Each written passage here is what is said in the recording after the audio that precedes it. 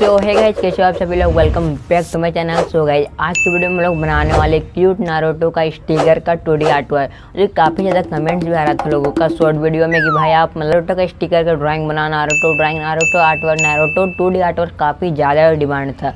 सो आज हम लोग फाइनली 2D आर्ट वर्क बनाने वाले हैं नारुतो का, जो कोई स्टिकर शेप में होने वाला है। आर्ट वर्क होने वाला करीब इतना बड़ा होने वाला है। हम छोटा जो बनाने वाले हैं, वीडियो में पूरा एंड तक बने रहना। सो चलो हम लोग वीडियो को फटाफट से स्टार्ट करते हैं। और प्लीज़ चैनल पर नए हो तो आप लोग सब्सक्राइब कर लेना और घंटी बटन दबा लेना, जिससे मेरा कोई भी आने वाला वीडियो आप लोग को सबसे पहले मिल पाए।